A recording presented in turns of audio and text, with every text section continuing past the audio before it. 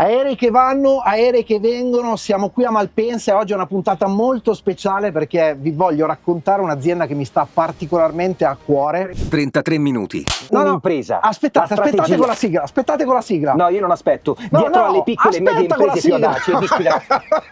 Scusami, è che sono partito No, a manetta. perché siamo qui? Cosa ci fai qui? Non lo so, io sono qui perché sono in veste di conduttore. Tu quindi praticamente ti sostituirai. Quindi mi devo togliere la giacca. No, la giacca me la tengo. Lascia la giacca. E quindi io farò Manabi. Quindi mi manca la coppola, mi manca la giacca, mi manca la maglietta rossa e mi mancano gli occhiali. Però ho l'animo di Manabi. Fantastico. E oggi sì, vi vogliamo raccontare la nostra azienda Strategenius, l'azienda che produce imprese. Giusto, è un'impresa. Io continuo. E ora andiamo con la sigla. 33 minuti. Un'impresa. È incredibile davvero. La strategia, i sacrifici, ma anche il genio nascosto dietro alle piccole e medie imprese più audaci ed ispirazione. 6 milioni e mezzo, 4 milioni di euro. 10 milioni. Benvenuti in una nuova puntata di Imprese. Veramente mi sento un eroe. Da un'idea di Manabi e Strategenius Agency, ogni settimana un intero documentario dedicato agli eroi che fanno grande il nostro paese. 60 milioni Vicini ai 4. 50 milioni. Perché fare azienda è una vera e propria impresa. Ascoli Piceno, Dubai, Rimini, Treviso, Genova. Per trovare nuovi spunti e ispirazione anche per la tua attività, iscriviti al canale per non perdere nemmeno un episodio. Ma ora torniamo all'impresa di oggi. Allora tu mi devi spiegare, Manabi, con tutti i posti che ci sono, perché mi hai portato all'aeroporto? Io di solito vengo all'aeroporto per partire. E invece no. Non per registrare la puntata di E imprese. invece no, siamo partiti proprio da qua perché... Ah, siete partiti? Siamo partiti. Quindi ho capito. Perché è un logo che ci sta particolarmente a cuore, Ok. perché lo utilizziamo parecchio, visto che viaggiamo praticamente in tutto il mondo, siamo spesso con l'attrezzatura, con la troupe, eccetera, eccetera, qui per partire verso diversi lidi. L'ultimo viaggio siamo rientrati da Dubai qualche settimana fa, fra poco partiamo per la Moldavia, quest'anno abbiamo girato veramente in mezzo mondo, Sì. Fuerteventura, Las Vegas, Spagna, Francia, Inghilterra e oltre a un sacco di mete anche italiane. E oltre a Malpensa, che per noi è un pezzo fondante della nostra attività, Ok? c'è anche l'auto con cui ci spostiamo Vabbè. in mezza Italia. Quindi praticamente ogni mezzo di trasporto fa parte della Strategenius. Assolutamente sì. Esatto. E direi che a questo punto possiamo andare in auto. Andiamo in auto perché qui io sento dei pensieri veramente negativi, perché la gente malpensa. Possiamo andare. La Strategenius Agency è un'agenzia di marketing, giusto? Assolutamente sì. Fammi capire in maniera semplice, spiegami che cos'è e che cosa fate, nel senso spiegalo in maniera semplice come se dovessi spiegarlo a mia nonna. Vai, raccontami, sono tutto orecchi. È sempre una cosa complicata a spiegare le agenzie di marketing, anche perché se tu ci pensi, mio padre e mia madre ancora non hanno capito esattamente che cosa faccio. Anch'io, però in realtà anch'io. Nella mia vita. E in realtà quello che facciamo è permettere alle aziende di comunicare meglio i propri prodotti e servizi per riuscire a raggiungere più facilmente i propri clienti, Ok. per riuscire ad attirarne nuovi, per migliorare i processi d'acquisto. Perché nel momento in cui un'azienda è già strutturata, Sì. non è che ha tanto bisogno di vendere di più, ha bisogno per esempio di strutturare meglio il processo di acquisizione dei clienti. Ok. Quindi riuscire a stabilizzarlo, riuscire a comprendere esattamente quanto gli costa andare a mercato a comprare un cliente, perché spesso, perlomeno da quella che è stata la prima pubblicità in qualche modo con cui tutti quanti siamo entrati in contatto anche con la televisione e la radio negli anni '80 principalmente, che Sì. c'è stato un po' il boom della pubblicità soprattutto nel mercato italiano. Pensa, inciso, negli anni '80 poi è nato anche l'associazione ADAP, così, era solo per farti capire, per Che è l'associazione? cenno storico, Associazione Doppiatori e Attori Pubblicitari, quindi negli anni '80, ora non ricordo, dovrebbe essere 81-83, è nata proprio l'associazione, quindi in quel boom hanno cercato di capire come riuscire a omologare, comunque creare una sorta di listino e non esserci la giungla, quindi Sì. proprio in quegli anni. Sì. In quegli anni che sono stati anni particolarmente intensi da un punto di vista pubblicitario e per cui si pensa che io in qualche modo devo fare pubblicità, devo mettere il mio logo in giro da qualche parte, devo fare degli spot eccetera eccetera e poi in qualche modo i clienti arriveranno. In realtà oggi con gli strumenti che abbiamo a disposizione noi Sì. dobbiamo più lavorare su un concetto del io devo sapere quanto devo spendere per acquisire un cliente. Quindi devo riuscire ad arrivare a costruire un sistema che mi permetta di comprendere quanta benzina devo mettere nella mia macchina a seconda della distanza che voglio percorrere, quindi a seconda del fatturato che voglio fare. E questo nella maggior parte dei casi, soprattutto nelle PMI, che sono il target a cui noi ci rivolgiamo. E PMI per definizione è piccola media impresa, e parliamo di aziende che vanno da 2 a 50 milioni di fatturato, questo ci sta per venire Questo addosso, ci sta venendo addosso, esatto. che vanno da 2 a 50 milioni di fatturato, oltre i 9 dipendenti e sotto i 250 dipendenti. Questa per definizione è la PMI. Quindi piccola media impresa. Esatto. Nella maggior parte dei casi consideriamo che la piccola e media impresa in Italia rappresenta meno del 5% di tutte le aziende italiane. Ah, caspita, proprio quindi sono circa 3,5-4%, ma le PMI producono circa il 45% del fatturato globale italiano. Pazzesco. Mentre circa il 55-56% è prodotto dalle grandi aziende che sono sopra i 50 milioni, ok? E invece il 95% delle aziende italiane che sono sotto al milione producono circa l'1,3% di tutto il fatturato prodotto in Italia. Quindi nella fascia 250 milioni troviamo principalmente aziende che sono sul mercato da almeno una decina d'anni, tra i 10, 20, 30, 40, 50 anni. Ok. Nella maggior parte dei casi troviamo ancora o il titolare o la famiglia titolare che guida l'azienda. Ok, quindi sono aziende comunque, se mi stai dicendo che alle volte sono tramandate comunque da generazione a generazione. Sì, anche perché è un tema molto importante in questa tipologia di aziende, è proprio il passaggio generazionale. Ok. Dove ne succedono di ogni se non vengono gestite nella maniera corretta. Ah, certo. Però nella maggior parte dei casi queste aziende in realtà il marketing, tra virgolette, l'hanno sempre fatto con la propria reputazione. Ok. Per cui abbiamo il titolare che è una brava persona, che faceva contatti, conosceva persone, andava a trovare i clienti in sede, li portava a pranzo, a cena, faceva magari delle fiere. Quindi c'era un approccio più offline. Partecipava magari a delle manifestazioni. E nella maggior parte dei casi queste aziende ancora oggi, nonostante il digitale, fanno i loro numeri, fanno i loro fatturati prevalentemente con questo modello. Quindi e non hanno mai misurato effettivamente quanto gli costava tutto questo lavoro per originare un cliente. Ah, certo. Invece nel nostro approccio il primo elemento su cui dobbiamo andare a lavorare è comprendere innanzitutto come è fatto il processo di acquisizione del cliente. Sì. Secondariamente come poterlo controllare, anche per evitare gli alti e bassi delle stagionalità. È chiaro, certo. Perché in questa modalità tu in qualche modo sei in attesa, tra virgolette, del cliente, anche se hai dei commerciali forti. Quindi date uno strumento in mano al cliente per permettere di avere una visione completa di tutto e non sperperare i soldi in cose che poi alla fine non convertono praticamente niente. Esattamente. Che figata. E lo facciamo utilizzando un mix di attività online e offline. Il punto è, per esempio, oggi spedire del materiale di marketing costruito in una determinata maniera via posta, ti permette di riuscire a catturare molto più facilmente l'attenzione rispetto che a fare dell'attività online. Chiaro, perché tutti lo fanno e quindi praticamente risulti originale. Dice, ma tu pensa che questo mi ha mandato un pacco? Esattamente. Esatto. Anche perché oggi tu che cosa ricevi via posta? Via posta fisica? Le multe?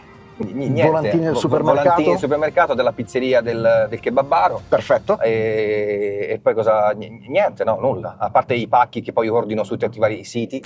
E le aziende per lo più cosa ricevono per posta? Fatture, contratti, documenti legali, tutta roba spesso noiosa e poco emozionante. Immaginate di poter inviare ai vostri clienti o potenziali clienti del materiale di marketing ben strutturato. E non parlo di un semplice volantino, ma di un vero e proprio pacco regalo che contiene materiale studiato per colpire emotivamente chi lo riceve.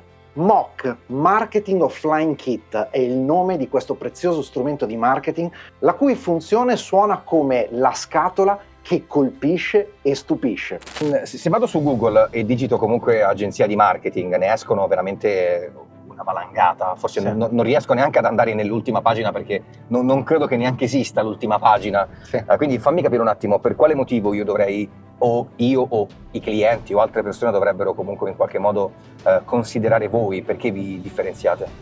Innanzitutto per quello che ti dicevo prima, ovvero per che tipologia di azienda lavoriamo. Considera che la stragrande maggioranza delle agenzie di marketing in Italia lavorano prevalentemente per quel 95% di aziende sotto il milione. Ok. Ok? Che come ti dicevo prima hanno esigenze differenti. Ok? Sì. E poi ci sono le grandi agenzie di marketing, quelle internazionali, quelle che magari hanno anche sedi a Londra, New York, eccetera, eccetera, che invece lavorano solo per le grandi aziende. In realtà il problema è che non ci sono abbastanza agenzie di marketing per lavorare specificatamente sulla PMI. Ok. Che parliamo di circa 250.000 aziende in Italia per quanto riguarda le PMI. Caspita, sono tantissime. Ok?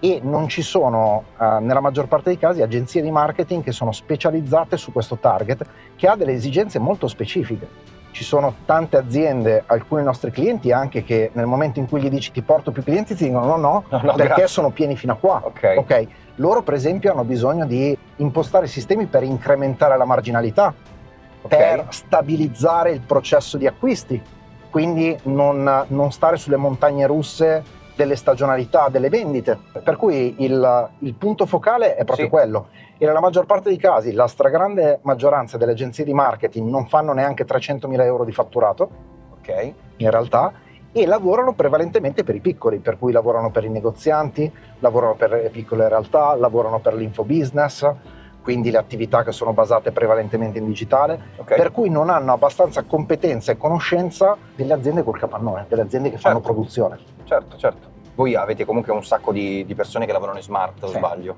Noi siamo totalmente in smart working. Perfetto. Perché noi non abbiamo una sede, Ok. non abbiamo un ufficio, non abbiamo un quartier generale e tutti quanti lavorano da dove vogliono. Perfetto, quindi il tuo capannone è la tua coppola. Esattamente. E se vogliamo anche lo studio dove stiamo andando. Esatto, ok, perfetto, quello è il tuo capannone. Ma abbiamo persone che sono sparse in tutto il mondo. Ok. Ad oggi siamo in continua selezione, Ok. e abbiamo un sacco di gente in prova in questo momento perché non bastiamo. E in realtà ho gente che lavora dal Portogallo, gente a Cracovia, gente in Italia tra Torino, Roma, Milano, Matera, Lecce, gente in Spagna, Qualcuno gente a Dubai. A Baranzate? Baranzate vi manca. Comunque, Ho un operativo, in realtà un manager che è rientrato dall'Australia e adesso si è stabilito in Portogallo. Ok. E quella è stata una sfida notevole, perché per me è fondamentale che ogni collaboratore, ogni persona che lavora in agenzia si senta bene, innanzitutto nella propria vita. E il punto è che c'è ancora troppa poca conoscenza sul modello di lavoro dello smart working, per cui ci sono un sacco di persone che sono in difficoltà nel lavorare in smart working. Un conto è il freelancer, perché in qualche modo è da solo e si organizza in totale autonomia. Mm-hmm. Un conto è nel momento in cui sei in 17 e per cui bisogna coordinare determinate lavorazioni, e magari ti trovi il collaboratore che è un animale notturno, è un licantropo, preferisce lavorare di notte perché di giorno fa altre cose, decide di vivere la sua vita in un'altra maniera, che magari deve collaborare con qualcuno che è l'esatto opposto. Perfetto. Per cui lavora totalmente di giorno e invece di notte se la dorme, giustamente. E per cui bisogna lavorare tanto sull'organizzazione, sul project management, sullo stabilire quelli che sono le deadline. Ok, quindi avete una project manager che gestisce tutto? Abbiamo più sistemi, abbiamo una project manager che è una santa donna, ci salutiamo. in questo momento, che è la nostra Chiara Roberta. Ciao Chiara. Chiara Roberta. Ciao, la chiami Chiara si incazza. Taglia, fai ciao Chiara Roberta. Ti chiedo scusa per questa gaffa, ma sono famoso per le mie gaffe. Ogni volta che la chiami comunque questa è andata via, se devi chiamarla con tutto il nome a Chiara è. Quindi. Per cui il primo lavoro è stato lavorare per tanti anni sullo standardizzare i processi e comprendere come poter arrivare a un modello che possa essere applicato a diverse aziende ottenendo risultati. Nel momento in cui abbiamo creato quello, allora abbiamo iniziato a creare i processi. Quindi vuol dire, noi dobbiamo gestire un lavoro che è fatto in questa maniera, il progetto ha tutte queste componenti, tutte queste componenti vengono spacchettate in microattività che vengono assegnate alle singole persone, la nostra project manager mette tutto sul programma che utilizziamo per il project management, che in questo caso è Monday. Sì, conosco. dove spacchetta tutto, mette tutte le deadline, eccetera, eccetera. Tu considera che noi ad oggi abbiamo deadline assegnate, quindi task assegnate a distanza anche di 3-4 mesi. Ah, caspita. E noi, oltre a fare questo, abbiamo lavorato tanto anche su un'altra tematica che è spesso molto sottovalutata, che è il sistema di comunicazione. Ok. Noi utilizziamo Slack come Sì. sistema di comunicazione principale, che è un sistema di comunicazione tipo WhatsApp o Telegram, ma è più evoluto ed è basato prevalentemente sul lavoro. Ok, più sul business. Perché Slack e non per esempio WhatsApp o Telegram? Perché WhatsApp e Telegram li si utilizza prevalentemente anche nella propria vita personale, quindi per scrivere alla famiglia, agli amici, ai parenti. Per cui, se si hanno sempre le app attive con le notifiche accese, arriveranno messaggi a qualsiasi ora del giorno e inizieremo a sviluppare uno stato di ansia e di stress perché ci sembrerà di non staccare mai. Non solo, Slack ti permette di impostare lo stato.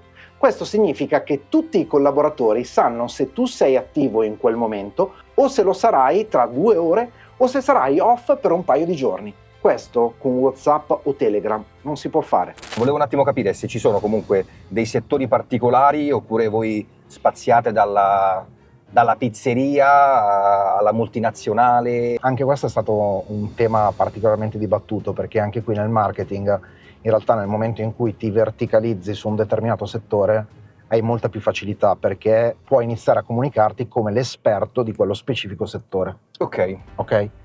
Noi invece abbiamo scelto di lavorare con tutti i settori perché ci siamo specializzati nel processo e nella formula di acquisizione clienti, gestione di clienti, eccetera, eccetera, che mettiamo in campo. Perché questo? Perché ci siamo resi conto che nel momento in cui tu ti verticalizzi in un unico settore, Sì. in realtà ti si chiude la visione. Perché se lavori solo ed esclusivamente, ad esempio, sulla ristorazione, tu in qualche modo inizi ad entrare in un circolo vizioso in cui non riesci più a vedere invece altre cose che funzionano in altri settori che potresti portare nel mondo della ristorazione. Ok. Per cui noi ci siamo specializzati nel comportamento delle persone, se vuoi. Quindi in come fare in modo che stimolare determinati comportamenti verso le aziende nostre clienti. Ok? Perfetto. Comportamenti di interesse, di acquisto, eccetera, eccetera. Ok? Per cui sì, noi lavoriamo su i settori più disparati. Abbiamo dalla ristorazione alla riparazione tetti, all'ambito medico, dentistico, ai filati, alla produzione di accessori, veramente spaziamo. Quindi praticamente domani dovesse ovunque. chiamarvi un'azienda che fa dildi, tu dici perché no? Qualsiasi cosa, dalla pizzeria al dildo. In realtà siamo intrattati in questo momento con un'azienda di questo tipo. Di sex toy? Esattamente. Io non sapevo niente, ma ci puoi fare comunque qualche esempio, un lavoro svolto e dei risultati ottenuti con un cliente? No, faccio l'esempio, per esempio, di Protetto, in cui allora abbiamo lavorato sul concetto che noi chiamiamo social domination, ovvero sistematizzare anche la produzione dei contenuti per i social. Ok. Che non è una produzione dei contenuti da content creator, quindi una produzione di contenuti che è volta a andare virali, prendere più like, visualizzazioni, eccetera, eccetera. No, è una produzione di contenuti più educativa, Sì? che serve in qualche modo per informare il pubblico, perché nel momento in cui tu vuoi comprare un determinato prodotto o servizio hai bisogno di informazioni.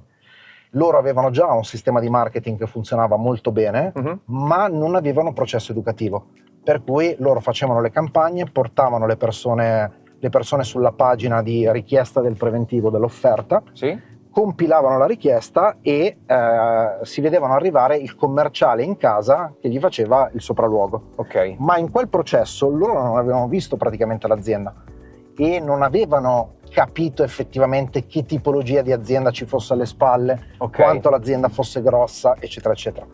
E per cui noi abbiamo iniziato a sviluppare il canale YouTube con gli altri social collegati, Sì? producendo una serie di video educativi impostati in una determinata maniera, che fossero orientati a educare e trasmettere quella che è il posizionamento. Quindi Ok. che cosa tu effettivamente fai, come lo fai differente dagli altri e come ti posso acquistare. Ok. Questa azienda è Protetto e grazie al tipo di lavoro che abbiamo fatto, uno, ha abbassato la spesa pubblicitaria, quindi la pubblicità su Facebook, Google, eccetera, eccetera, di una percentuale decisamente importante, perché parliamo di circa il 35%, Beh, caspita.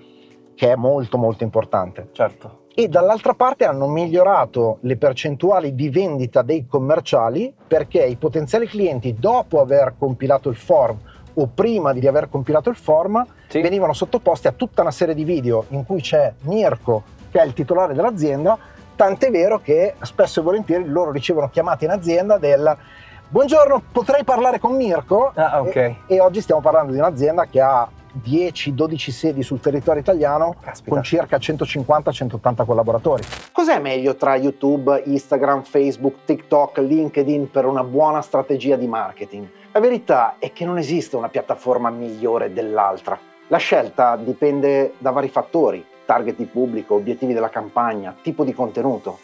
Però esiste una grande differenza tra YouTube e le altre piattaforme. YouTube non è semplicemente un social, ma è prima di tutto un motore di ricerca, anzi è il secondo motore di ricerca più importante al mondo dopo Google. E questo fa di YouTube un veicolo di marketing potentissimo. Possiamo dire che un approccio efficace spesso include una combinazione di queste piattaforme, sfruttando i punti di forza di ciascuna. Ok, tutto bello, tutto fico. E quindi voi promuovete le altre aziende? Sì. Ma la domanda è, come promuovete un'agenzia di marketing? Voi? Nel senso, mi viene da... perché voi promuovete la vostra agenzia che promuove le altre agenzie. È come cercare Google su Google. Sì. Noi abbiamo identificato come strumento principale lo strumento del video marketing, quindi Ok. dei video, perché riteniamo che oggi il video sia lo strumento migliore per poter aiutare ad aumentare la reputazione delle aziende, che è l'elemento di cui parlavamo prima. Mi vengono in mente dei mostri sacri che hanno sdoganato in qualche modo in Italia questo concetto, che sono Ennio Doris e Giovanni Rana, Ok, negli anni 80-90. Chiaro, chiaro. Ok? Per il pubblico vedere loro metterci la faccia in quella maniera creava una maggiore reputazione di questi personaggi e per cui una maggiore fiducia. Certo. A un certo Caspita. punto mi sono reso conto che c'era un gap tra le agenzie di marketing e le agenzie di produzione video, perché chi produce video arriva prevalentemente dalla televisione e dal cinema, ok? Ma non ha una così forte competenza da un punto di vista di marketing. E dall'altro lato invece chi fa marketing non ha una grande competenza nella produzione video. Video, certo. Ok? Noi ci siamo infilati lì in mezzo unendo questi due mondi. Interessante. E il modo principale che noi utilizziamo per promuovere la nostra azienda in realtà è con questa serie imprese, Ok. perché è il modo migliore per innanzitutto portare cultura sulle imprese italiane, riuscire a dare anche un palco a delle grandissime eccellenze che abbiamo in Italia e che in qualche modo non si raccontano in una determinata maniera.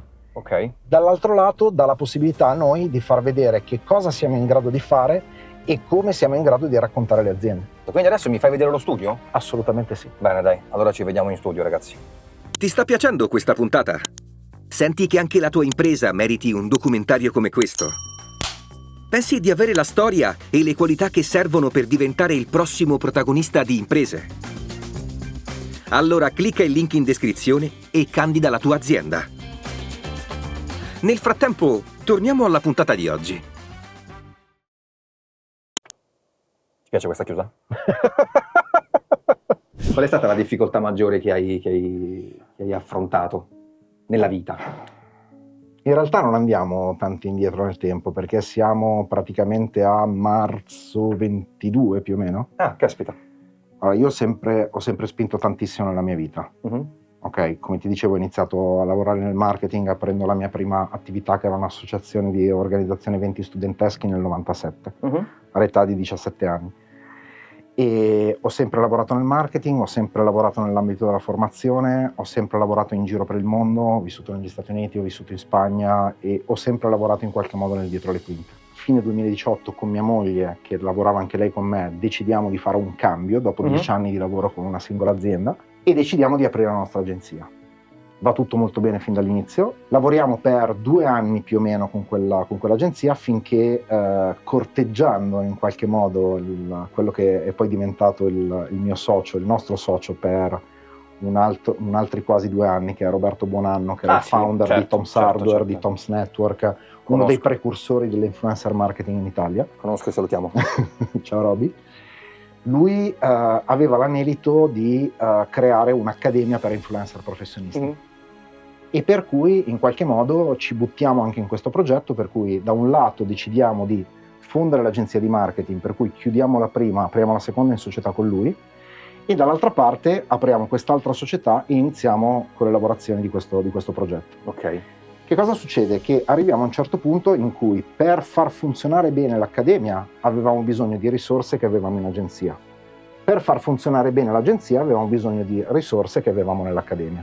Per cui diciamo a un certo punto mettiamo tutte e due le cose insieme. Ok. Per cui chiudiamo anche questa seconda agenzia di marketing, nonostante stessimo andando bene, eccetera. Nel momento in cui l'abbiamo chiuso, siamo andati a mercato con l'accademia, abbiamo fatto dei risultati interessanti, ma avevamo commesso l'errore di sottovalutare quanto il mercato non fosse ancora pronto per una tipologia di prodotti di quel tipo. Ok. Ok? Per cui avevamo anche un budget importante per arrivare a mercato, ma siamo, per esempio, in termini pubblicitari, avevamo stimato di spendere una cifra importante per il lancio, ma siamo riusciti a spenderne un quarto. Mhm. Quindi vuol dire che poi ha portato direttamente un quarto del fatturato che avevamo ipotizzato nel Preventivato. lancio. Ok. Per cui siamo partiti lavorando immediatamente in rincorsa. Siamo arrivati poi all'inizio di marzo 2022, che è stato il momento in cui mi sono ammalato anch'io di Covid. Fortunatamente è andato tutto benissimo, ho passato 2 settimane in cui non riuscivo a fare praticamente nulla, che in quel momento, soprattutto io che guidavo a quel punto l'accademia, vedevo Roberto dall'altra parte che aveva un'azienda che andava molto molto bene, ma stava occupando praticamente la maggior parte del suo tempo anche lui in accademia. Ok. E questa cosa non funzionava, anche perché dall'altra parte faceva dei numeri importanti, aveva un sacco di persone, eccetera. Ok. E a quel punto lì la scelta consapevole è stata: non ha senso di andare avanti questa accademia. Per cui abbiamo deciso di chiuderla. Ok. Quello per me è stato un momento in cui mi sono sentito profondamente sconfitto, perché l'ho sentita una mia sconfitta personale, Mhm. anche perché per la prima volta nella mia vita avevamo lanciato un progetto con un budget alle spalle. Invece nella maggior parte dei casi, in tutta la mia vita, io ho lanciato sempre cose da zero, autofinanziandole. Ok. Da un lato avevamo chiuso l'agenzia di marketing, che era quella che stava funzionando bene, Certo. e ci dava ritmo, ci dava fatturato, eccetera, eccetera, avevamo clienti contenti. L'abbiamo chiusa per dedicarci ad andare all-in sull'accademia. Ok. Io ho sentito una mia incapacità nel riuscire a lanciare quella tipologia di progetto. Ok. Quello penso sia stato quelle 2 settimane potenzialmente, ma in realtà è durato quasi 1 mese e mezzo, Mhm. uno dei periodi più bui della mia vita, in cui mi sono sentito profondamente fallito come persona. Com'è che sei riuscito a uscire da Cambiando aria. Ok. Quindi hai proprio cambiato. Cambiando aria vuol dire che quasi 2 mesi dopo da quel momento sono volato a Dubai Ok. per un evento formativo. Quindi proprio era proprio fisicamente cambiato Fisicamente. aria proprio, pensavo Ma è metaforicamente. stata per me una caratteristica fondante della mia vita, nel senso Ok. che la maggior parte delle idee, degli sviluppi, delle visioni, eccetera, eccetera, arrivano in viaggio. Quello che ho imparato nella mia vita è che nei momenti più duri, più difficili, quando stai cercando una chiave che non riesci a trovare, devi proprio cambiare aria fisicamente. Ok. Lì vieni sottoposto a stimolazioni differenti che ti danno l'opportunità di riuscire a vedere le cose da un'altra prospettiva Ok. e con una differente lucidità. Ed è lì, proprio in quel viaggio, che ho gettato le basi solide di Strateginus. Mettiamo per ipotesi che una persona vuole diventare un imprenditore, ha un'idea, qual è il consiglio che tu puoi dare a questo imprenditore o questo futuro imprenditore? Di avere fiducia nelle persone e di partire dal presupposto che ognuno di noi non capisce un cazzo. Avere fiducia nelle persone significa che tu da solo non potrai mai costruire delle cose importanti e grandi. Sono d'accordo con te. E hai bisogno delle altre persone. Per cui io oggi senza un Mattia, senza un Marco, senza una Chiara Roberta, senza un Roberto, senza un Massi, senza un Gabriele, senza un Raffaele, senza una Nadia, una Miana, una Alessia, senza un altro Marco, senza un Fabrizio. Sto cercando di citare tutti. Guarda che ragazzi, è rischiosa questa cosa sì, che hai fatto, sì, è molto rischiosa. Ma infatti adesso la chiudo in questa maniera. Ragazzi, perdonatemi se non ho citato alcuni di voi, e sicuramente non ho citato alcuni di voi, ma sto andando a braccio. Senza di loro Strategimus non esisterebbe, e non esisterebbe imprese, non esisterebbe il lavoro e l'impatto che portiamo nelle aziende con cui lavoriamo e con i nostri clienti. E questa è una cosa importante. È importante avere fiducia nelle persone, cercare persone che diventino più brave di te. Ok. E avere fiducia nelle persone significa che tu devi partire dal presupposto che se una persona potenzialmente non ha capito, se una persona sta commettendo un errore, se una persona non sta performando nella maniera corretta, è tua responsabilità comprendere come mai. Ok. Ed è tua responsabilità riuscire a trovare il modo invece di collocarla nella posizione migliore e permettergli di sbocciare. E c'è questa formula che ho preso da uno dei miei mentori, una delle persone che seguo, che in realtà tu devi selezionare le persone per attitudine e mai per competenza. Ok, figo. Quindi vuol dire che tu non devi cercare la tecnica, tu devi cercare l'attitudine, la voglia di fare, la volontà, quanto l'occhio della persona è acceso. Quindi l'attitudine è la competenza. Scrivo su Pinterest. Sei cretino. Su Facebook mi hai detto che non andava bene su Facebook, lo scrivo su Pinterest. E con questo siamo giunti alla fine di questa puntata speciale, dove anche noi ci siamo messi in gioco per raccontare la nostra impresa. Voglio innanzitutto ringraziare quel folle di Andrea La Greca che ci ha guidato in questo viaggio. Mi raccomando, lascia un like, condividi questa puntata e scrivi nei commenti quale parte ti è piaciuta di più e qual è quella che ti ha dato una maggiore ispirazione. E soprattutto, se pensi che la tua azienda abbia una storia da raccontare e che possa essere di ispirazione per altre imprese, clicca nel link che trovi in descrizione, candidati, perché per noi sarà un vero piacere poter raccontare la tua impresa. E con questo ti do appuntamento alla settimana prossima, nella quale ci addentreremo nel magico mondo delle produzioni televisive e cinematografiche. Che goduria! A svelarci questo mondo sarà Turi, uno dei soci di Soundfish, che ci spiegherà come hanno rivoluzionato il settore e siano diventati un punto di riferimento per le produzioni internazionali. Nomi come Top Gear, X Factor, Masterchef e tante altre. Tutto questo e molto di più nella prossima puntata di Imprese. A presto! Spettacolo, non sto qua. Fa vedere? Sì che ti vedo. Muoviti? No, quella è Manabi. Ah, ma non fa caldo, eh? No, neanche un po'. No, ti vedo. Alza la mano, metti la mano sulla tua testa. Sì, ti vedo. Davvero? Però se io sto così, no. Aspetta che ci chiamano dall'altra macchina, ma intanto Mattia stava per cadere. Tanto il cameraman è morto. E questo è stato il momento difficile di Mattia, è stato questo. Che ogni tanto succede perché eri tu che ti sei schiantato quando abbiamo girato giù a Termoli, nella puntata di quei due sul server, sulle scale? Ottimo. Perché precedentemente avevo letto benvenuti a una nuova puntata di Imprese, ma Manabi non andava bene e quindi ho dovuto rifare il rifacimento.